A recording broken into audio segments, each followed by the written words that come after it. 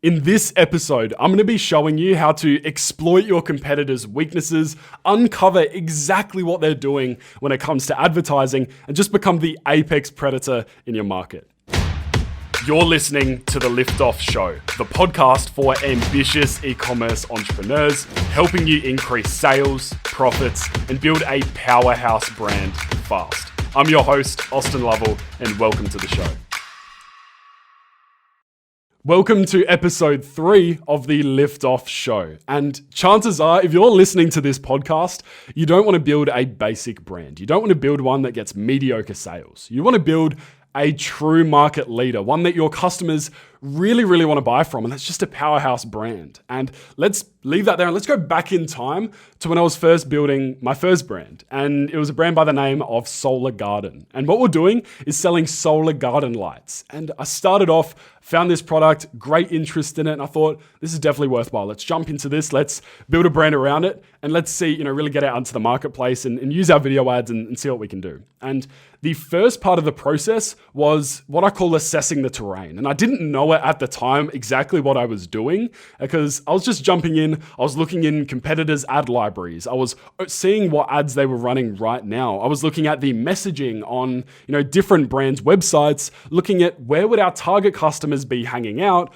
I was trying to just gather all of this information and this intel so I really knew what was happening in the marketplace and really understand where our ideal customers were, what was really resonating with them right now, and what our competitors were doing to appeal to them and get in front of them and grab their attention. And I didn't know it, as I said at the time, that I was really starting to assess the terrain, what I call it now, where you go back and you really understand exactly what your competitors are doing. You really understand the marketplace and you really understand what is grabbing your target customers' attention. And then the second part of it was going back to my brand foundations and saying, look, we want to launch this product. We want to launch it better. We want to get more sales. We want to build better brand recognition. We want to build this higher brand value.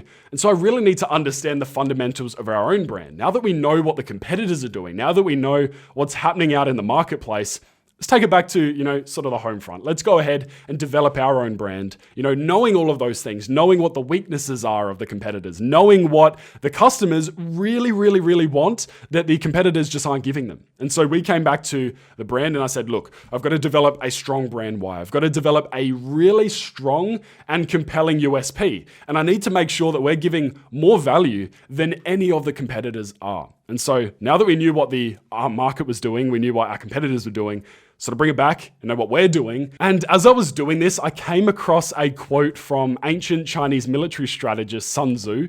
And he says this really powerful quote. And he says, if you know yourself and you know the enemy, you fear not the result of 100 battles. If you know yourself, but not the enemy, for every battle you win, you will also suffer a defeat. And if you don't know yourself or the enemy, you will lose in every battle. And fundamentally, I thought this was groundbreaking. I thought this makes a lot of sense with what I'm trying to do right now. And it all sort of came together. If you know your enemy, if you know your competitors, you know what they're doing, you know how they're advertising, what their messaging is to the market, you understand their USPs and their guarantees, their benefits, everything that they're doing back to front. And you also understand your brand. You understand what makes you different. You understand your ideal customer better than they know themselves. You understand your guarantees and all of these different benefits and the value that you give your target customers. If you know those two things, then you never need to fear the result of 100 battles. You're going to win every single time because you know what's going on out there and you made sure that your brand is so much better than that. And so every time you go out into the marketplace, you can be sure that when you're advertising, you're going to get better results. But I think the next parts of it are even more interesting. The fact that if you know yourself, if you spend all of this time on ideal customer research, on building great USPs, on really refining your product benefits and your messaging and your advertising, but you have no idea what the competitors are doing, if you ignore them, if you ignore how they're advertising, if you ignore what their messaging is and what target customer demo or sub-niche they're appealing to with their product, for every time you win, you're also going to lose. For every time that you have that cracking campaign that just generates awesome results, you're also going to have that inconsistency where the next time you launch one, it might not be as effective. You might not get good results. And your target customers are going to go to your competitors. And if you don't know either yourself and your enemy. If you don't know what your competitors are doing, you have no idea what you're doing, I think it's pretty self-explanatory. It's not going to end well for you because you're not going to understand what's different about you, what's different about your product and benefit. I think there's a lot of brands that accidentally fall into that trap where they focus too much on the product. They focus too much on being, a product-centric brand. They focus too much on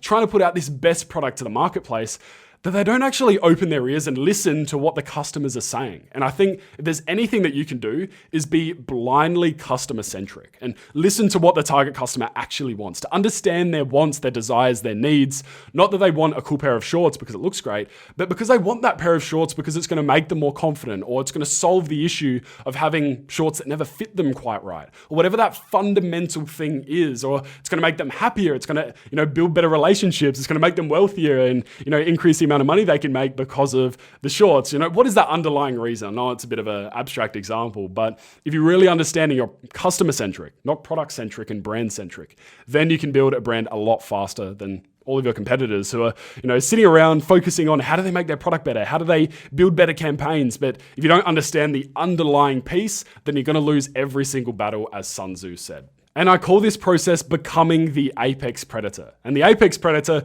is the animal at the top of the food chain in their environment. They're not preyed upon by anything else in that environment. They're the dominant force. And you want to build your brand so it's like the apex predator. You want to be the apex predator in your market. You don't want to have competitors just come along one day and start stealing your market share, and then all of a sudden you're losing all these customers. You don't want to go up against bigger competition and just lose out every single time because you don't understand them and you don't understand your own brand. You want to be that apex predator where as soon as someone thinks about your market and solving the problem, whether it's teeth whitening, whether it's having incredible clothing, whether it's having the most comfy shoes for running, you want your brand to be the first one they think of. You want your brand to dominate the conversation, and you do that by being the apex predator. And the way I like to think of it whenever we're starting a new brand or when we're chatting with clients and thinking about how do we start molding this messaging to make sure that we're not just, sticking on the specifics of the product. We're not just being product focused, but we're actually customer focused and really focusing on what's most important to them. And it's broken down into 3 parts. And first of all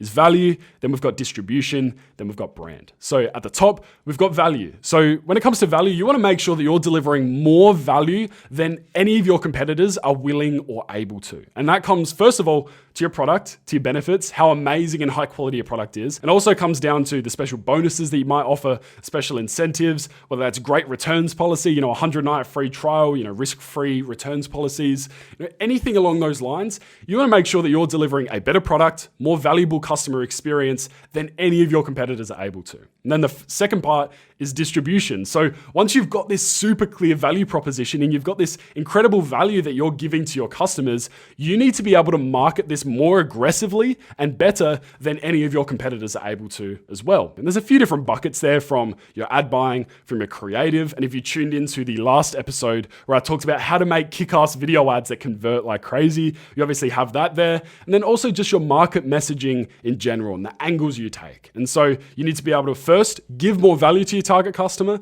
Next, you need to be able to distribute and market this value proposition more aggressively than anyone else can. And then the final part is brand. And I think this is crucial here because I know you're someone that wants to build that powerhouse brand. You don't want to create something that someone looks at and they're not overly excited about. It doesn't grab their attention. It doesn't resonate with them on a deeper level. And you look at some incredibly fast-growing brands recently and over the past sort of 3 to 5 years, they have an incredibly strong brand. They have a core mission. They have something that they stand for, and they have a reason that their customers keep coming back to them, whether it's community, whether it's just the overall mission of the brand. And there's some incredible examples. You've got the likes of Gymshark, the whole community that they've built around their product. You've got a brand like Goalie who sells the apple cider vinegar gummies, and they've really built this intense community around the product. And so whenever they launch something new, first of all, they've got their messaging down packed. They understand who their target customer is, and they understand the value that they're giving.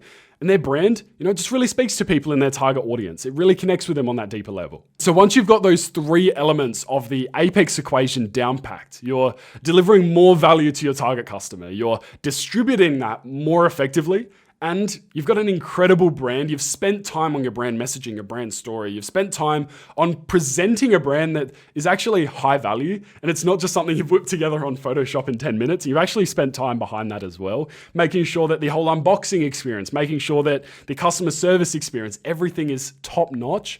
Then that's how you're going to dominate the market. And if you're just getting started, this is going to be the way that you can outperform competitors who are spending so much more than you on ads every single month. This is going to be the way that you can outsell those competitors who have been around for 5-10 years. This is how you become the apex predator in your market. And it's by following these 3 pillars in the apex equation. And of course, it's not as easy as that. You don't just flick a switch and then everything's sunshine and rainbows and there's a leprechaun jumping out of a pot of gold and all of that kind of stuff. Obviously, it takes time, but these are the foundational pieces. These are the ways that you're going to outperform competitors in very saturated markets, in markets that are highly competitive. And you'll see it. You'll see markets where surely you think there can't be another brand that jumps into that market. Surely there isn't a way that they can weave their way in there and grow. But you see it time and time again because they focus on these 3 things fundamentally. And I think a very, very interesting thing to keep in mind as you're looking to deliver more value to your target customers, as you're looking to distribute that value proposition more aggressively through your ads and your ad campaigns,